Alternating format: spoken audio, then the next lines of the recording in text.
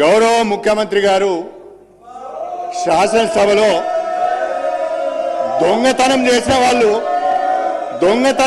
వాళ్ళు ఏ రకంగా భయపడుతున్నారో చూడండి అధ్యక్ష.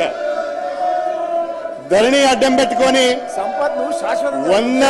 వందల ఎకరాల భూములను కబ్జా చేసిన వారు సిగ్గు లేకుండా ఏ రకంగా అరుస్తున్నారో చూడ అధ్యక్ష. సిగ్గు లేకుండా అరుస్తున్నారు.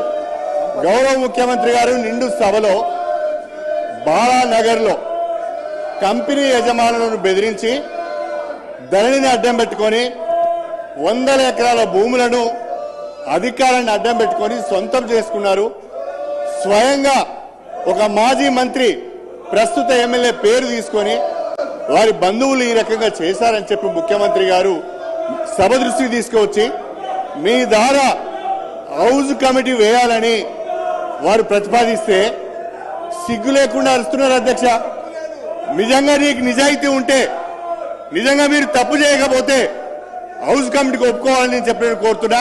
దయచేసి మీరు తక్షణమే హౌజ్ కమిటీ వేయాలి అధ్యక్ష. ఇంకొక విషయం, సభ్యులు ప్రవర్తిస్తున్న తీరు అధ్యక్ష, సభ్యులు ప్రవర్తిస్తున్న తీరు రాష్ట్ర ప్రజలు గమనిస్తున్నారు.